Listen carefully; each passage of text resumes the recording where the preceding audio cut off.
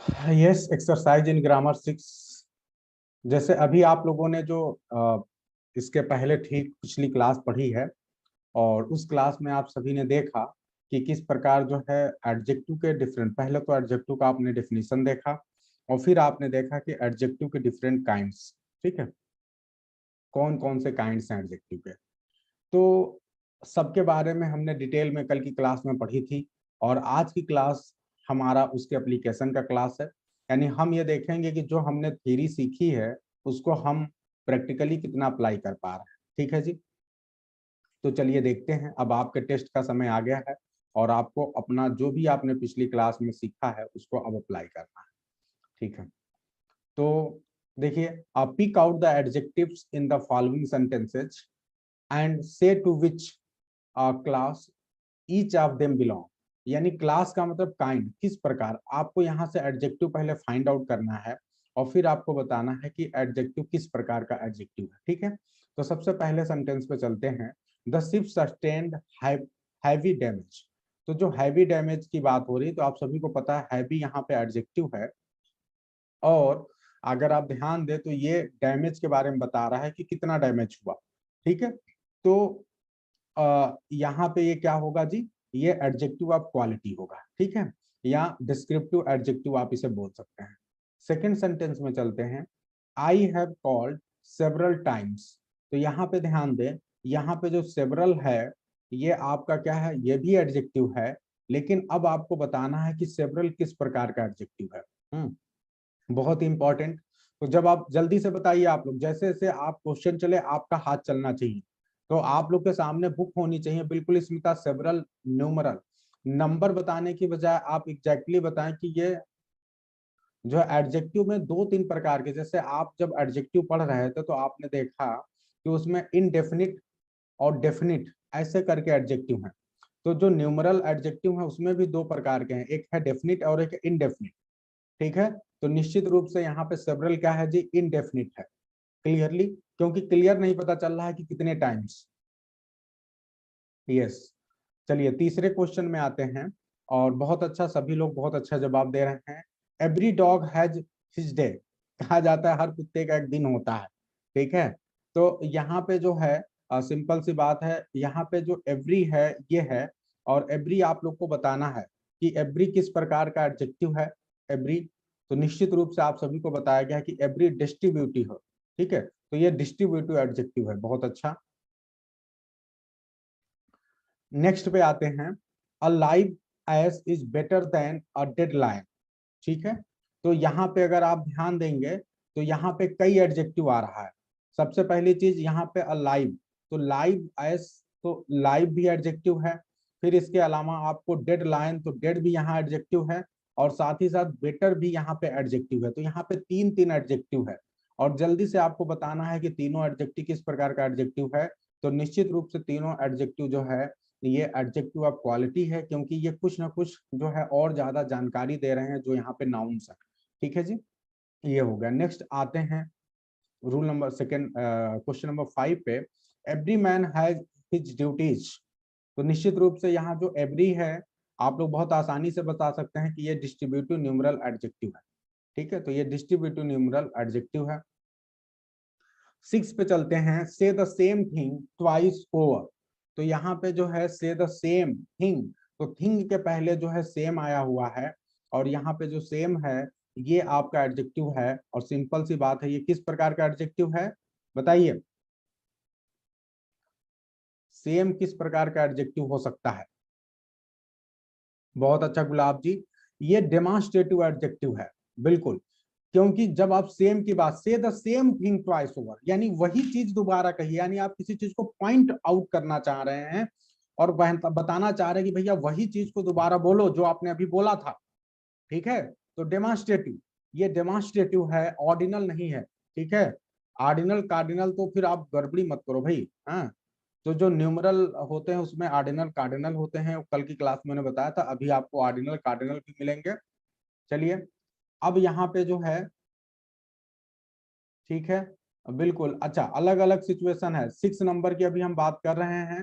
ठीक है, अब 7 नंबर पे चलते हैं। Several persons were present at the time. तो यहाँ पे ध्यान देना, सेवरल एक एडजेक्टिव है, फिर उसके बाद और कोई एडजेक्टिव है 7 नंबर में, प्रेजेंट भी एडजेक्टिव है, ठीक है। तो बिल्कुल निश्चित रूप से सही है, यस ऋतु। तो अब सेवरल क्या होगा जी, ये फिर आपका इंडेफिनिट न्यूमरल एडजेक्टिव हो जाएगा, और उसके बाद जो है verb present at the time, ठीक है,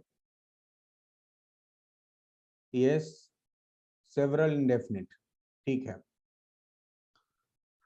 तो ये आप जो है एडजेक्टिव निश्चित रूप से पहचान पा रहे हैं, धीरे धीरे आप लोग बेहतर कंडीशन में हैं। और जो प्रेजेंट है ये डिस्क्रिप्टिव है, क्योंकि ये पर्सन्स के बारे में और ज्यादा जानकारी दे रहा है, ठीक है। तो ये हो गया। 8 नंबर पे चलते हैं और 8 नंबर के क्वेश्चन को देखते हैं। He is a man of few, twice जो है ट्वाइस ओवर एडवर्ब है, ध्यान रखना, ठीक है। ट्वाइस ओवर यहाँ पे एडवर्ब है, तो उसके चक्कर में ना पड़े अभी आप। He is a man of few words, तो यहाँ पे जो फ्यू है ये एडजेक्टिव है, और फ्यू आप ऑलरेडी देख चुके हैं सभी कि फ्यू किस प्रकार का एडजेक्टिव होगा। ये भी क्या होगा, इनडेफिनिट होगा, क्योंकि आपको नहीं पता है कि कितने नंबर में कितने वर्ड्स की बात हो रही है, ठीक है। तो ये फ्यू जो है इनडेफिनिट हो गया। 9 नंबर पे चलते हैं, ध्यान देना है, नाइदर पार्टी इज क्वाइट, ठीक है, इन द राइट, ठीक है। तो नाइदर जो है ये क्या हो गया, ये डिस्ट्रीब्यूटिव हो गया, क्योंकि कोई भी पार्टी, जितनी भी पार्टियां हैं उन सब की बात हो रही है कि अगर दो पार्टियां हैं, दोनों पार्टियां किसी चुनाव को लड़ रही हैं, किसी मुद्दे की बात हो रही है, तो दोनों पार्टियां सही नहीं है, ठीक है। तो neither party. What time it is, तो यहाँ पे देखिए आप व्हाट टाइम, तो टाइम से पहले व्हाट है, ये एडजेक्टिव के रूप में आया हुआ है, और ये जो है किस प्रकार का एडजेक्टिव है, जल्दी से बताइए। सिंपल सी बात है, क्वेश्चन है तो यानी इंट्रोगेटिव एडजेक्टिव होगा, तो बहुत आसानी से आप बता सकते हैं। जैसे यहाँ पे देखिए 11 नंबर में विच पेन डू यू प्रीफर, तो विच क्या होगा, ये भी इंट्रोगेटिव, तो ये व्हाट टाइम विच, ये दोनों इंट्रोगेटिव जो है आपके एडजेक्टिव हैं। 12 नंबर पे चलते हैं। The way was long, the wind was cold, the minstrel was infirm and old. तो इसको बताना है जी। तो अब ये थोड़ा सा अच्छा है, यहाँ पे ध्यान दे, इसमें कई adjective, the way was long, long adjective हो गया, द विंड वाज कोल्ड, ये भी एडजेक्टिव हो गया, और mister was inform and old, ये भी एडजेक्टिव हो गया। तो यहाँ पे आपको 3-3 एडजेक्टिव, बल्कि 4 एडजेक्टिव मिल रहे हैं, और ये सारे एडजेक्टिव ऑफ क्वालिटी हैं।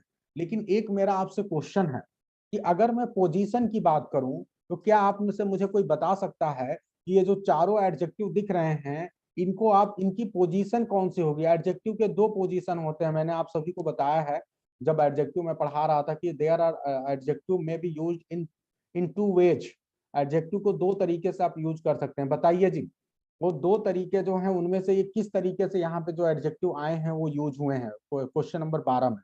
देखते हैं कौन बता पाता है जल्दी से। बहुत अच्छा, कंचन, आरती, शिखा, दीपाली, ठीक है, दीपाली अब गड़बड़ बता रही हो, आप सही करो। गुलाब जी, ओके, स्मिता, हेमलता, ऋतु, सभी प्रेडिकेटिवली, ये प्रेडिकेटिवली आया हुआ है, क्योंकि ये इसके साथ जो है नाउन नहीं है, पहली चीज। दूसरी बात, ये प्रेडिकेट वाले पार्ट में है, तो प्रेडिकेट वाले पार्ट में आ जाएगा, और नाउन यदि इसके साथ नहीं होगा तो ये क्या होगा जी, प्रेडिकेटिवली होगा, ठीक है। सबसे पहली बात, जिन लोगों को नहीं समझ में आ रहा वो अब इतना समझ लीजिए कि जो सेंटेंस आपका होता है उस वो किसी भी सेंटेंस को दुनिया में, किसी भी सेंटेंस को 2 पार्ट में डिवाइड कर सकते हैं। एक होगा सब्जेक्ट, एक होता है प्रेडिकेट। जो वर्ब के पहले का पार्ट होता है उसको सब्जेक्ट बोलते हैं, जो वर्ब के साथ वाला पार्ट होता है उसको बोलते हैं प्रेडिकेट। तो यहाँ पे जो वाज लॉन्ग है, ये वर्ब, देखिए ये सब्जेक्ट के बाद वाला पार्ट है, वर्ब के साथ मिला वाला पार्ट, इसको प्रेडिकेट बोलोगे। और प्रेडिकेट पार्ट में यदि कोई एडजेक्टिव आता है और यदि वो अकेले है, तो ऐसी केस में उसको बोलते हैं प्रेडिकेटिवली, उसका यूज बोलेंगे प्रेडिकेटिवली। समझ में आया जी। दीपाली और ये जो है किसने बोला था समझाने के लिए, अनामिका, समझ में आ गया कि नहीं, जल्दी से बताओ, अनामिका जवाब दो, समझ में आया कि नहीं कि प्रेडिकेटिवली कैसे यूज होगा। Is it clear. जितने भी देखो, जितने भी आप लोगों में ऐसे साथी हैं जो कि थोड़ा सा ज्यादा समझ रहे हैं, उन लोग को अपने दूसरे साथियों का हेल्प करना है, ठीक है। इसलिए हेल्प करना है क्योंकि सबको साथ में लेके चलने में ही देश का विकास होना है और ये कंपटीशन निकलेगा। तो अगर आपका साथी छूट जाएगा, उसका सिलेक्शन कल नहीं होगा और आपका हो गया, तो ये आपके लिए भी दुख की बात है। और मेरा तो सोचना यही है कि हम आप सभी का सिलेक्शन कराएं और आप सभी एक जो है भाईचारे के साथ, एक ब्रदरहुड फीलिंग के साथ जो है आप सभी के अंदर जो है होनी चाहिए। और आप सभी अभी बहुत बेहतरीन काम कर रहे हैं। ग्रुप में आप लोग कंटिन्यूअसली एक दूसरे से क्वेश्चन पूछ रहे हैं, एक दूसरे को जवाब दे रहे हैं। इससे बेहतर क्या हो सकता है? इतना बेहतरीन ग्रुप मैंने आज तक नहीं देखा है ना। तो आप सभी एकदम सही दिशा में जा रहे हो। मानवता की सेवा अपने लिए, खुद के लिए और देश के लिए, सभी सेलेक्ट हो जाओगे, है ना, अगर ऐसा चलता रहा तो। ठीक है। लॉन्ग वे होता तो बिल्कुल लॉन्ग उस ऐसी केस में एट्रीब्यूटिवली होता। ठीक है।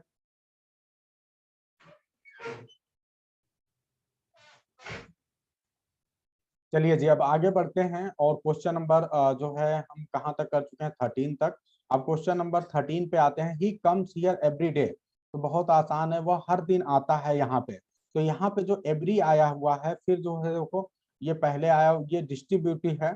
ठीक है, डिस्ट्रीब्यूटिव एडजेक्टिव है, distributive numeral. I have not seen him for several days. यहाँ पे सेवरल फिर कैसा हो गया जी, जल्दी से बताना है, इनडेफिनिट न्यूमरल। ठीक है, तो अब बहुत आसान हो गया, धीरे धीरे आप सभी को याद होने लगा होगा।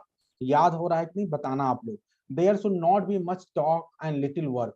हाँ, बिल्कुल भी ऐसा नहीं होना चाहिए कि बात ज्यादा करो, कम काम कम करो। तो यहाँ पे मच जो है और लिटिल, ये दोनों एडजेक्टिव है। जल्दी से बता दो जी किस किस प्रकार के एडजेक्टिव हैं। तो मच और लिटिल दोनों एडजेक्टिव ऑफ क्वांटिटी हैं। दोनों क्या है जी, एडजेक्टिव ऑफ क्वांटिटी, क्योंकि ये क्वांटिटी की बात कर रहे हैं जी। क्वेश्चन नंबर 16 पे चलते हैं और यहाँ पे देखिए जी, Abdul own the second prize. Abdul ने सेकेंड प्राइज जीता।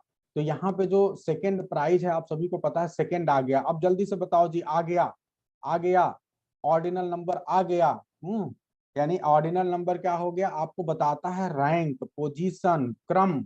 अगर कोई चीज सीरीज में है, कोई चीज ऐसे सीरीज में लगी हुई है, तो उसमें आपका कौन सा नंबर है, यही ऑर्डिनल, आपका कौन सा ऑर्डर है, ठीक है, यही ऑर्डिनल नंबर कहलाता है। तो अब हमको मिल गया जी क्वेश्चन नंबर जो है, अगर आप बात कर रहे हैं 15 की, तो आपको एडजेक्टिव ऑफ जो है 16 की, तो ये डेफिनिट न्यूमरल एडजेक्टिव हो गया। और डेफिनिट न्यूमरल में भी क्या हो गया, ऑर्डिनल है। ठीक है, ऑर्डिनल। आगे बढ़ते हैं। The child fell down from the great height.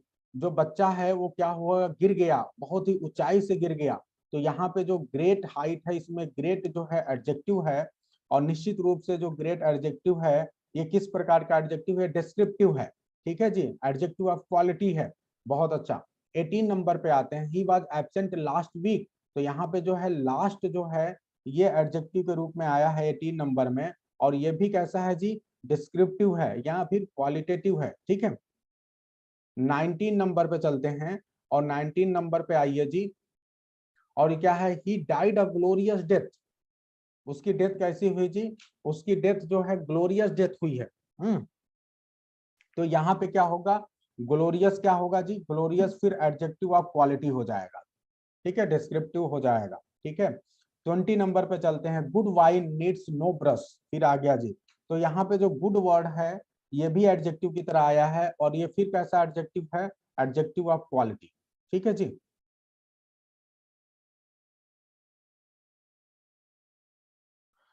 ठीक है, क्वेश्चन नंबर 22 पे चलते हैं। और यहाँ पे ध्यान दीजिए, he was absent last week में कुछ लोग को डाउट है 18 नंबर वाले क्वेश्चन पे। He was absent last week. अब देखो, जो लास्ट है ना, इसको आप रैंक नहीं दे सकते।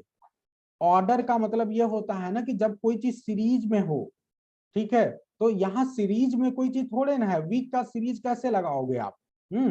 तो इसलिए बेहतर होगा कि आप यहाँ लास्ट जो है, ये बस वीक के बारे में बता रहा है और इसे आप डिस्क्रिप्टिव ही समझिए।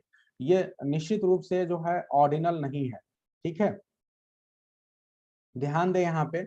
Good wine needs no brush. तो यहाँ पे गुड जो है क्या है, ये आपका जो है एडजेक्टिव ऑफ क्वालिटी है। 22 पे आते हैं। I like the little pedlar. यहाँ पे पेडलर से पहले लिटिल आया हुआ है। And crooked nose, nose. तो यहाँ पे दो दो एडजेक्टिव आया है। और निश्चित रूप से आप बहुत आसानी से बता सकते हैं कि दोनों क्या है जी, एडजेक्टिव ऑफ क्वालिटी है या डिस्क्रिप्टिव एडजेक्टिव है। ठीक है, क्वेश्चन नंबर 23 पे चलते हैं। King Francis was a hearty king. तो हार्टी यहाँ पे एडजेक्टिव है and loved a royal support, ये भी एडजेक्टिव है और बहुत आसानी से आप बता सकते हैं ये दोनों क्या है, एडजेक्टिव ऑफ क्वालिटी। बहुत ही शानदार आप लोग का परफॉर्मेंस है, बहुत ही बेहतर आप लोग कर रहे हैं। In the furrowed land the toilsome and patient oxen stand, ठीक है, जो फरोड लैंड है वहां पे बहुत ही थके हारे और जो है पेशेंट लाइन जो है खड़े हैं। तो यहाँ क्या बनेगा जी, फरोड। तो फरोड जो है ये आपका जो है ये आपका क्या है जी, एडजेक्टिव है और सिंपल सी बात है। और यहाँ पे एक और वर्ड है देखिए, टायरसम एंड पेशेंट, ये दोनों भी एडजेक्टिव हैं, ध्यान रखना है। और ये सारे एडजेक्टिव क्या कहलाएंगे जी, ये एडजेक्टिव ऑफ क्वालिटी, ठीक है। क्वेश्चन नंबर 25 की बात करते हैं। My uncle lives in the next house, मेरे अंकल जो है अगली घर में रहते हैं। तो यहाँ पे ध्यान दीजिए, नेक्स्ट क्या होगा जी, ये फिर आपका डिस्क्रिप्टिव होगा, ये ऑर्डर की बात नहीं हो रहा है। तो ये यहाँ पे जो है क्या होगा, डिस्क्रिप्टिव होगा। फिर सम ड्रीम्स आर लाइक रियलिटी, यहाँ पे क्वेश्चन नंबर 26, यहाँ पे सम वर्ड आया हुआ है और सम क्या होगा जी, आप सभी को पता है कि ये कैसा है, ये न्यूमरल एडजेक्टिव है और लेकिन कैसा है, इनडेफिनिट है। हमें नहीं पता कितने नंबर हैं एग्जैक्टली, डेफिनिट नंबर नहीं पता है, इसीलिए आपको इनडेफिनिट बोलना पड़ेगा। क्वेश्चन नंबर 27 पे चलते हैं और ये कह रहा है कि a cross child is not like, ठीक है, एक क्रॉस चाइल्ड जो है उसे पसंद नहीं किया जाता है। तो यहाँ पे क्रॉस क्या है, ये क्वालिटी बता रहा है उस चाइल्ड की, और ये क्या होगा जी, ये फिर क्वालिटेटिव एडजेक्टिव होगा। क्वेश्चन नंबर 28 पे आते हैं और ये क्या है जी, it is an ill wind that blows nobody any good, ठीक है।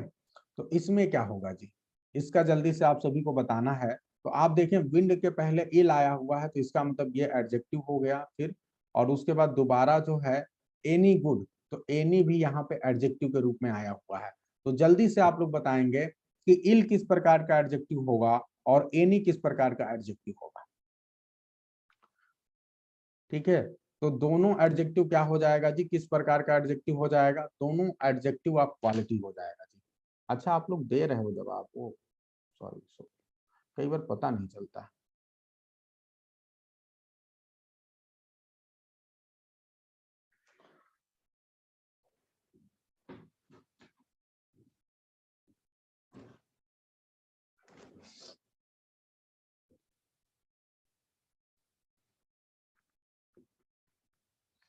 ठीक है जी, तो निश्चित रूप से आप सभी ने बहुत बढ़िया किया। और यहाँ पे क्वेश्चन नंबर 7 में प्रेजेंट, प्रेजेंट में क्या दिक्कत है, जो सेवरल पर्सन हैं वो प्रेजेंट हैं, वर प्रेजेंट। तो यहाँ पे प्रेजेंट जो है वो प्रेजेंट एडजेक्टिव के रूप में आया हुआ है और ये प्रेजेंट जो है ये सेवरल पर्सन की कंडीशन को बता रहा है, उनके बारे में और ज्यादा डिस्क्रिप्शन दे रहा है, ठीक है। तो ये डिस्क्रिप्टिव एडजेक्टिव हो जाएगा, कोई दिक्कत नहीं है इसमें, है ना। और प्रेजेंट एडजेक्टिव कैसे है ये आप सभी जानते हो, जैसे आप बोलते हो प्रेजेंट टेंस, तो वहां पे प्रेजेंट क्या हो गया, एडजेक्टिव हो गया। प्रेजेंट सिनारियो, प्रेजेंट सिचुएशन, ठीक है। ये उपहार वाला प्रेजेंट नहीं है, यदि उपहार वाला प्रेजेंट होगा तो ऐसी कंडीशन में ये नाउन होगा। लेकिन जब आप प्रेजेंट सिचुएशन, प्रेजेंट, ठीक है, उपस्थित रहने वाली बात कर रहे हैं, ठीक है, प्रेजेंट स्टूडेंट्स, ठीक है, तो इसका मतलब जो है ये एडजेक्टिव के रूप में आया हुआ है, ठीक है।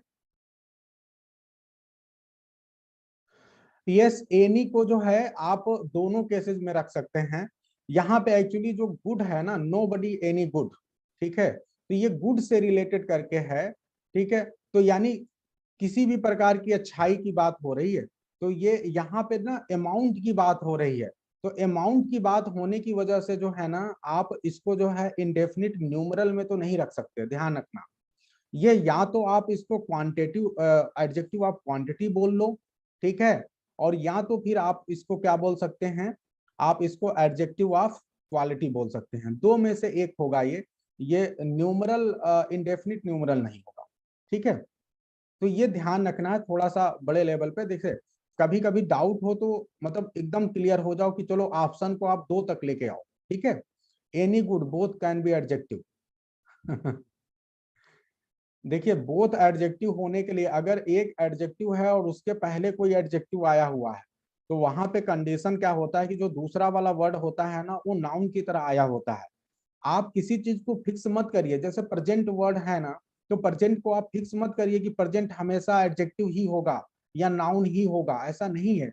As per the situation, situation के हिसाब से एडजेक्टिव और नाउन बनता है कई बार। तो ये डिपेंड करता है सिचुएशन पे। तो मैंने अभी आपको बताया कि जब प्रेजेंट का मतलब उपस्थित होना है, उपस्थिति से है, तो ऐसी कंडीशन में वो क्या हो जाएगा, एडजेक्टिव होगा। लेकिन जब प्रेजेंट का मतलब उपहार होगा तो नाउन हो जाएगा। ठीक है,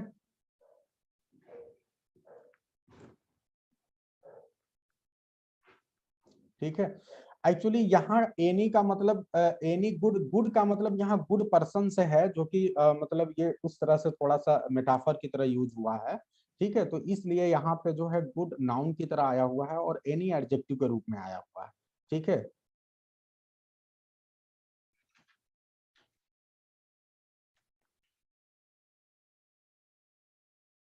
चलिए उम्मीद है कि आप सभी ने बहुत अच्छे से समझा। ठीक है, बहुत अच्छे से समझा और बहुत अच्छे से, देखिए जब आप डिस्कशन करते हैं तभी हम सीखते हैं।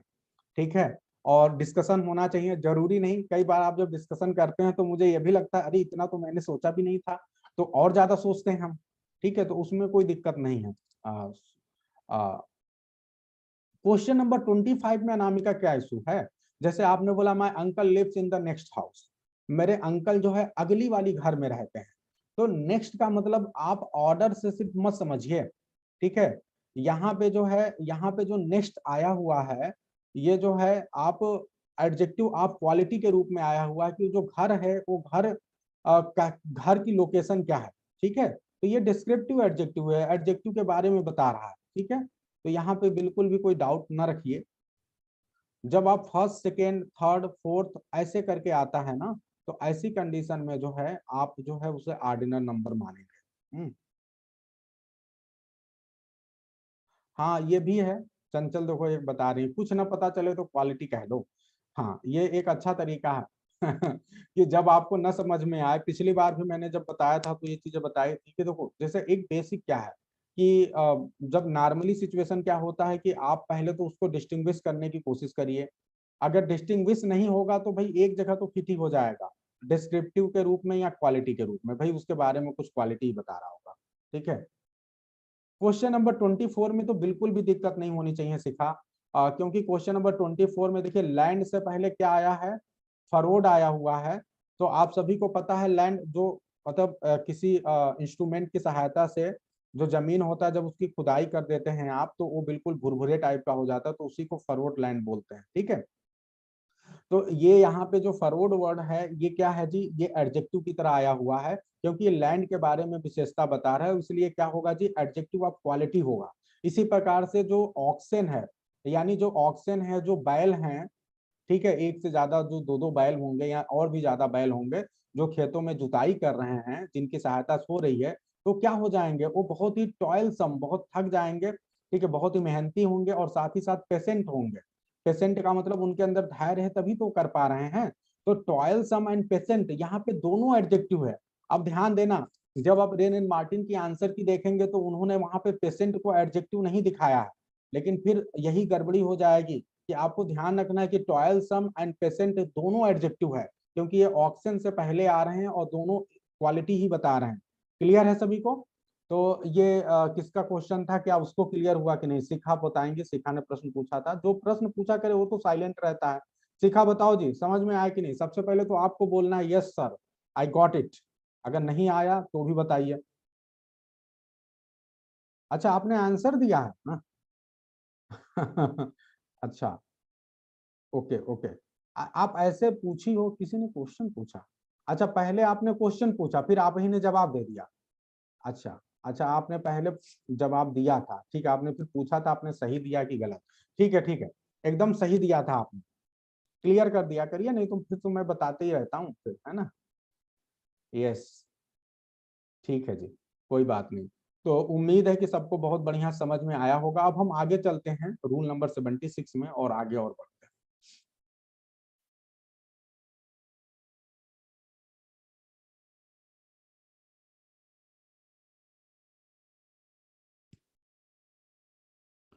तुरंत, विनीता तुरंत पूछा करिए, लेट हो जाता है। Good wine needs no brush, good तो एकदम क्लियर है, तो गुड है वो एडजेक्टिव आप क्या होगा, ठीक है। क्वालिटी की बात हो रही है, क्वांटिटी तो होने का सवाल नहीं है, ठीक है। ये क्वालिटी की बात हो रही कि वाइन की क्वालिटी कैसी है, ठीक है। तो इसलिए यहाँ पे जो है आपका एडजेक्टिव ऑफ क्वालिटी होगा। क्वेश्चन नंबर 76 पे चलते हैं। क्वेश्चन नंबर 76 पे चलते हैं, ठीक है। रूल नंबर 76 पे, ठीक है, और करते हैं। रूल नंबर 76 पे जब आप चलेंगे तो यहां देखेंगे आप कि इन the following sentences the word own and vary, the word own and vary are used as emphasizing adjective। जो वर्ड own या वेरी हैं इनका भी प्रयोग हम किस तरह करते हैं, emphasizing adjective के रूप में करते हैं। जैसे आपने बोला कि I saw it with my own eyes, मैंने इसे देखा, कैसे देखा भैया, अपनी खुद की आंखों से देखा। तो भैया अपनी आंखों से देख रहे हो, अगर माई आइज बोलते तो क्या दिक्कत था, लेकिन ओन वर्ड इसलिए यूज किया गया कि थोड़ा सा प्रेशर देके बोलते हैं। जैसे सपोज करिए कोई ऐसी चीज हो जो आपको विश्वास न हो कि ऐसा हो सकता है, जैसे टुनटुन हो, और टुनटुन को सब लोग कहते हैं टुनटुन बहुत अच्छा आदमी है, टुनटुन चोरी नहीं करता है, टुनटुन सबकी बात सुनता है, और अचानक आपने देखा है कि टुनटुन जो है किसी दिन किसी के पर्स से चोरी कर रहा है। तो अब आप आके सबको बता रहे हैं कि देखो भैया टुनटुन तो चोर निकला, हम सभी उसे अच्छा समझते थे, और फिर आपने बोला कि भैया मैंने देखा है, मैंने टुनटुन को देखा, अपनी खुद की आंखों से देखा। तो ये है भाई गड़बड़ी, है ना। तो ये इम्फेसाइज करने के लिए आप जो है इस तरह का यूज करते हैं। ठीक है, तो ध्यान दीजिए। नेक्स्ट बढ़ते हैं जी। He was beaten at his own game, ठीक है। तो यहाँ पर भी क्या होगा, ओन या अपने खुद के गेम में जो है हार गया। तो कहा जाता है दूसरे के लिए गड्ढा खोदो खुद ही गिर जाओ, ठीक है। तो ये चीज है यहाँ पे। तो यहाँ भी क्या हो गया, इम्फेसाइजिंग हो गया। तो यहाँ जितने भी आपको example, he is his own master, वो अपना खुद का ही मास्टर है, तो यहाँ भी क्या हो गया जी, ये आपका एडजेक्टिव हो गया, ठीक है। और ये कैसा हो गया, इम्फेसाइजिंग एडजेक्टिव होगा, ठीक है।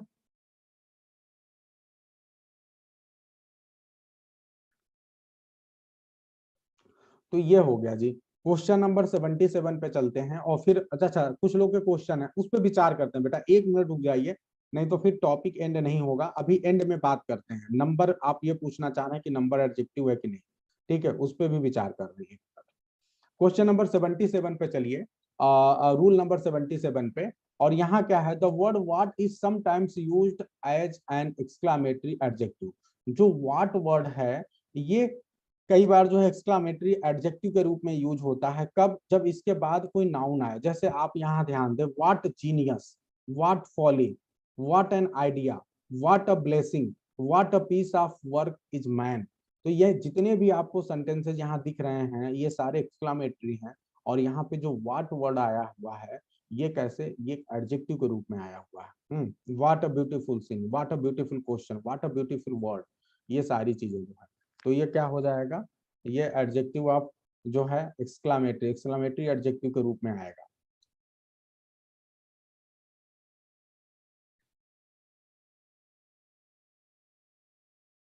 ठीक है।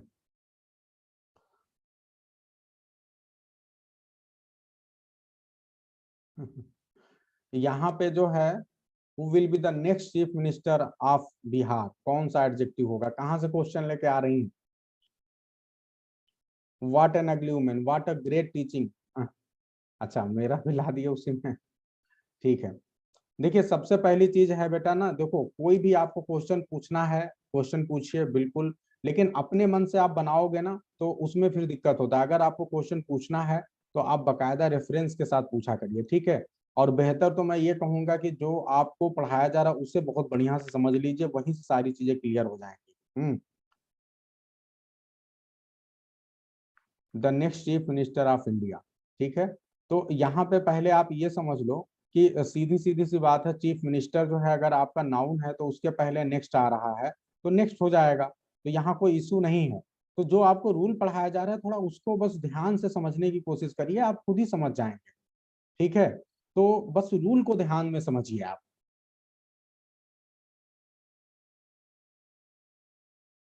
ठीक है, यहाँ पे नेक्स्ट हो जाएगा क्योंकि चीफ मिनिस्टर के पहले नेक्स्ट आया होगा। ठीक है,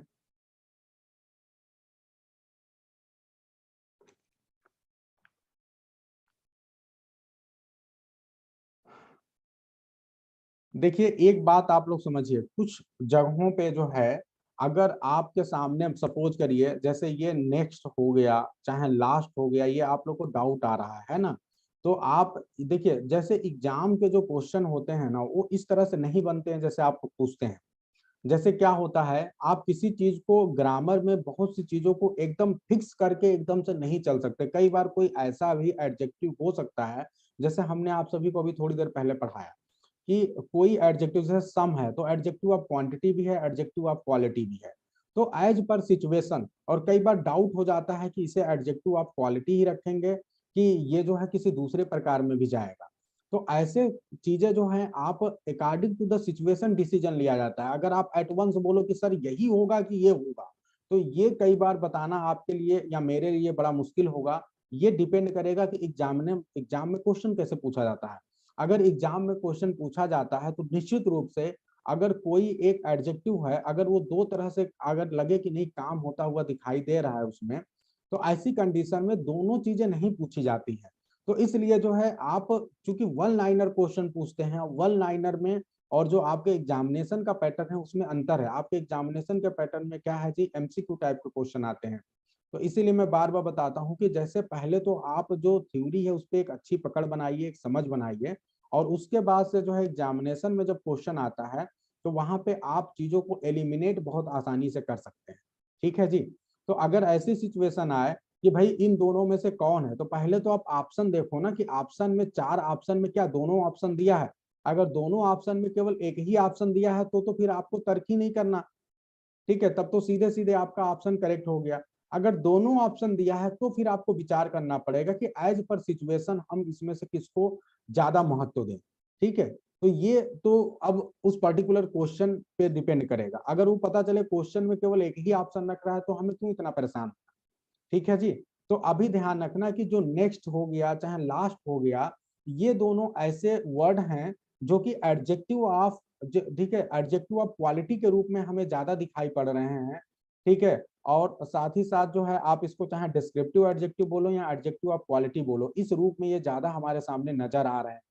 लेकिन अगर किसी ऑप्शन में एडजेक्टिव ऑफ क्वालिटी या एडजेक्टिव डिस्क्रिप्टिव एडजेक्टिव नहीं दिया है और केवल ऑर्डिनल नंबर दिया हुआ है, तो फिर उस केस में आप वहां भी उस केस में आप ऑर्डिनल नंबर मारेंगे। ठीक है, तो ये बस ध्यान देना। ठीक है, देखिए एक बात ध्यान दीजिए, जब आप नेक्स्ट बोलते हैं और जब आप लास्ट बोलते हैं तो एग्जैक्ट ऑर्डर आपको पता नहीं चलता। इसीलिए मैं बार बार बोल रहा हूँ कि ये ऑर्डिनल नंबर में पहले नंबर पे नहीं आएगा। अगर सिचुएशन ऑर्डर तो आपको लग रहा है, लेकिन आप बता दो जी कौन सा ऑर्डर है, कैसे आप बताओगे। जैसे आप बोलते हो सेकेंड तो आपको पता चलता है कि ये सेकेंड नंबर पे है। जब आप बोलते हो थर्ड तो थर्ड पता चलता है। ठीक है, यानी एक नंबर एग्जैक्टली पता चलता है। लेकिन जब आप लास्ट बोलते हैं ना, तो लास्ट में आपको पता नहीं चलता है कि कितने लोग हैं और किस नंबर पे वो बंदा है। ठीक है, तो ये थोड़ा सा सिचुएशन है। तो इसलिए जो है ये डिस्क्रिप्टिव एडजेक्टिव भी हो जाएगा। ठीक है, और जो है अगर वहां पे ऑप्शन में डिस्क्रिप्टिव नहीं है तो ऐसी कंडीशन में आप इसको ऑर्डिनल नंबर बोल सकते हैं। ठीक है, तो ये थोड़ा सा ध्यान रखना, और बाकी जो है और हमें कुछ एग्जाम्पल मिलेगा तो आपको बताएंगे। चलिए रूल नंबर 78 पे आते हैं।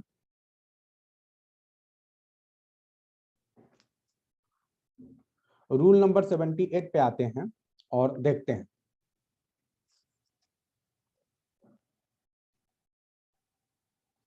एज ऑलरेडी पॉइंटेड आउट, जैसा कि पहले ही पॉइंट किया जा चुका है रूल नंबर 74 में, दिस एंड दैट।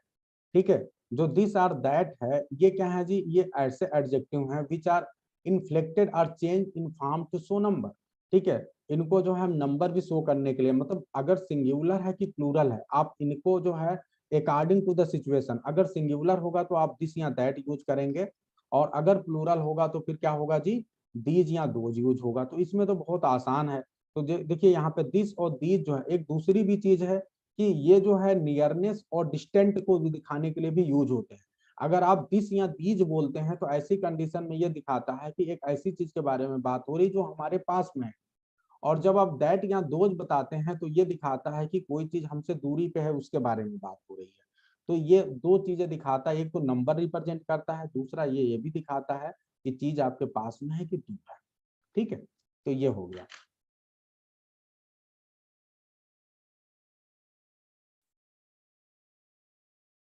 ठीक है, अब कुछ थोड़ा और भी एक दो रूल, एक रूल बचा हुआ है, उसमें कुछ पार्ट है, इसको भी कर लेते हैं ताकि कल फिर एक्सरसाइज करेंगे। यहाँ पे ध्यान दे, फार्मेशन ऑफ एडजेक्टिव। जब फार्मेशन ऑफ आप एडजेक्टिव की बात करते हैं तो many adjectives are formed from noun. बहुत से ऐसे एडजेक्टिव हैं जो नाउन से बनते हैं, जैसे बॉय का क्या हो गया, बॉयस हो गया। फूल का क्या हो गया, फुलिश हो गया। केयर का केयरफुल हो गया। प्ले का प्लेफुल हो गया। अब इसमें क्या ध्यान देना है कि ये जितने भी एडजेक्टिव हैं, आप ध्यान से देखिए कि एडजेक्टिव बने कैसे हैं। मैं बार बार कहता हूँ, रेन एंड मार्टिन इस तरह से आपको ग्रामर सिखाते हैं कि आपको थोड़ा सा अपना सेंस यूज करना पड़ता है, और अगर आप सही तरीके से कर लेंगे तो आप बहुत कुछ सीख जाओगे। तो आप ध्यान दीजिए, जब आपने बॉय का बॉयस बोला तो आपने देखा कि ISH ऐड किया गया है यहाँ पे। जब आप केयर का केयरफुल बोल रहे हैं तो आप देख रहे हैं कि FUL ऐड किया गया है। ठीक है, जब आप वेंचर का वेंचर सम बोल रहे हैं तो आप देख रहे हैं कि यहाँ पे सम यूज किया गया है। जब आप शेम का शेमलेस बोल रहे हैं तो यहाँ देख रहे हैं कि लेस ऐड किया गया है। जब आप सिल्क का सिल्कन बोल रहे हैं तो आप देख रहे हैं कि EN ऐड किया गया है। जब गोल्ड का गोल्डन तो EN। जब डर्ट का आप डर्टी बोल रहे हैं तो आप देख रहे हैं वाई ऐड किया गया है। जब स्टॉर्म का स्टार्मी बोल रहे हैं तो फिर वाई ऐड किया गया है। जब आप पार्डन का पार्डनेबल बोल रहे हैं तो आप देख रहे हैं कि ABLE ऐड किया गया है। जब आउटरेज का आउटरेजियस बोल रहे हैं तो आप ये देख रहे हैं कि OUS ऐड किया गया है। जब आप ग्लोरी का ग्लोरियस बोल रहे हैं तो फिर आप देख रहे हैं कि OUS ऐड किया गया है। ठीक है, मैन का मैनली बोल रहे हैं तो आप देख रहे हैं कि LY ऐड किया गया है। इसी तरह किंगली में LY। गिफ्ट का गिफ्टेड बोल रहे हैं तो आप देख रहे हैं कि ED ऐड किया गया है। तो अगर आप ध्यान से देखें तो ये इतने तरीके हैं, जितने तरीके से आपने देखा कि एडजेक्टिव जब नाउन से एडजेक्टिव बनाते हैं तो इतने तरीके से नाउन से एडजेक्टिव बना सकते हैं। ये आपके सामने एग्जांपल हो गया। तो अगर एग्जाम में क्वेश्चन आ जाए कि इसमें से बताओ कौन सा सफिक्स लगा के एडजेक्टिव नहीं बना सकते नाउन से, तो जब आपको अच्छे से ये जानकारी रहेगी तो आप निश्चित रूप से इस क्वेश्चन का जवाब दे पाएंगे। या कम से कम अगर कोई वर्ड आ गया और आपसे पूछ दिया जाए कि भाई ये बताओ कि ये एडजेक्टिव है कि नाउन है, तो आप बहुत आसानी से समझ के बता पाओगे, क्योंकि आपको पता है कि एडजेक्टिव नाउन से एडजेक्टिव बनाने में इस तरह से बनता है।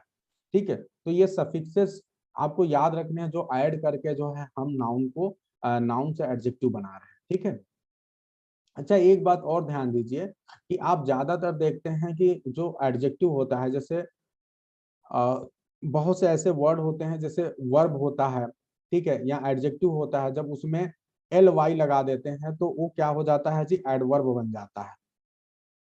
आपने ध्यान दिया है। लेकिन यहाँ पे वही सेम चीज यहाँ पे भी कॉमन हो रहा है, जैसे मैन से मैनली हो गया, किंग से किंगली हो गया। तो कई बार हम ज्यादातर केस में चूंकि एडवर्ब बनाने के लिए LY का ऐड करते हैं, लेकिन यहाँ पे वो चीज मैच कर रहा है, तो कंफ्यूज नहीं होना है। ठीक है, तो ये चीज हो गया जी। ठीक है, तो बहुत अच्छा। आप सभी ने देखो, कई लोग लिख रहे हैं mainly usually we think that it is an adverb due to LY such. Smita ने बोल दिया, मेरा मोबाइल कुछ सेकंड के लिए स्विच ऑफ हो गया था, अभी तुरंत ऑन किया हूँ, तो अभी आपका मैसेज दे रहा हूँ, देख रहा हूँ। ठीक है, तो आप देख रहे हैं कि कैसे चेंज हो रहा है, इन चेंजेस को आपको ध्यान रखना है। ठीक है, अब आगे बढ़ते हैं। Some adjectives are formed from verbs. कुछ ऐसे एडजेक्टिव हैं जो वर्ब से बनाए जाते हैं, जैसे टायर का क्या हो गया, टायरलेस। इसी प्रकार से टॉक का क्या हो गया, टॉकटिव। ठीक है, फिर सीज का क्या हो गया, सीजलेस। मूव का क्या हो गया, मूवेबल। ठीक है, तो ये हो गया। तो यहाँ आप देखें, तो यहाँ आप वर्ब से कैसे देख रहे हैं बनते हुए, LES लगाया गया है, ATI भी लगाया गया है, ABL लगाया गया है। ठीक है, तो ये आपके सामने दिख रहे हैं। आगे बढ़ते हैं, कुछ और बस एंड होने वाला है। और सबसे लास्ट में आप देख रहे हैं कि किस प्रकार एडजेक्टिव से भी एक दूसरा एडजेक्टिव बना सकते हैं। तो ये भी एक बहुत अच्छा क्वेश्चन है कि आपके एग्जाम में क्वेश्चन पूछ दे कि can adjective be used to make another adjective, can one adjective be used to make another adjective। क्या एक एडजेक्टिव का यूज कर सकते हैं दूसरे प्रकार का एडजेक्टिव बनाने के लिए। तो इस प्रश्न का जवाब 90% बच्चे कंफ्यूज हो जाएंगे, क्योंकि वो सोच नहीं पाएंगे करें क्या। ठीक है जी, अगर स्टेटमेंट के रूप में 4 स्टेटमेंट आ जाए, उसमें एक स्टेटमेंट ये लिखा हो तो बच्चा थोड़ी देर के लिए सोचेगा।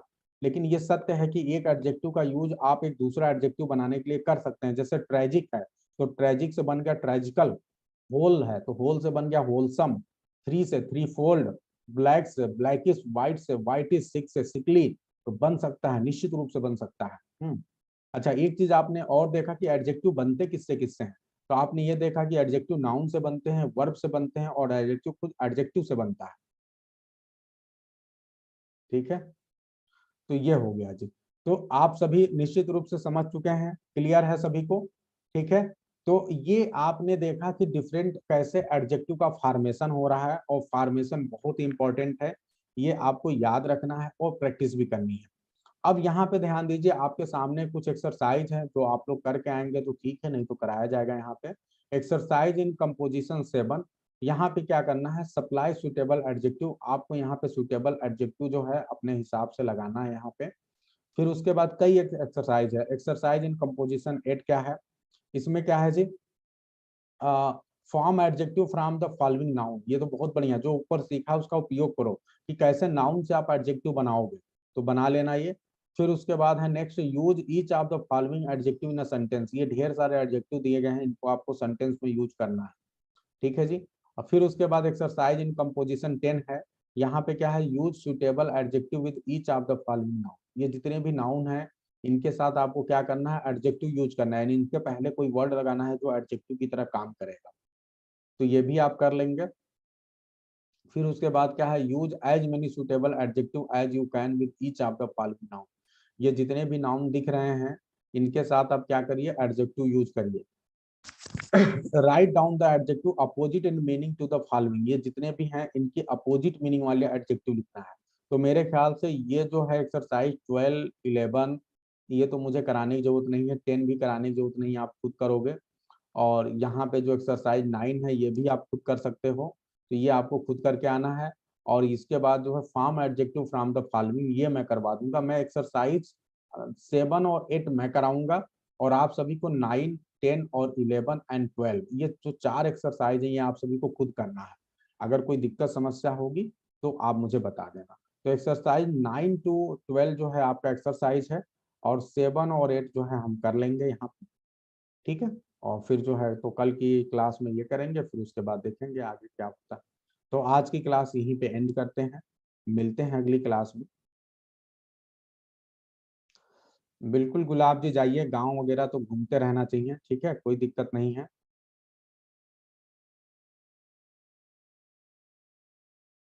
अगर आप कर सकते हैं तो बहुत अच्छी बात है, फिर दूसरे लोग के साथ आपका रिवीजन हो जाएगा जो भी आप एक्सरसाइज करते हैं। ठीक है जी, ठीक है, ठीक है, तो इसको आप लोग अच्छे से कर लीजिए, और फिर कल मिलते हैं कल की क्लास में, और फिर बाकी जो है आगे एडजेक्टिव पढ़ते हैं। ठीक है जी, गुड नाइट टू एवरीवन।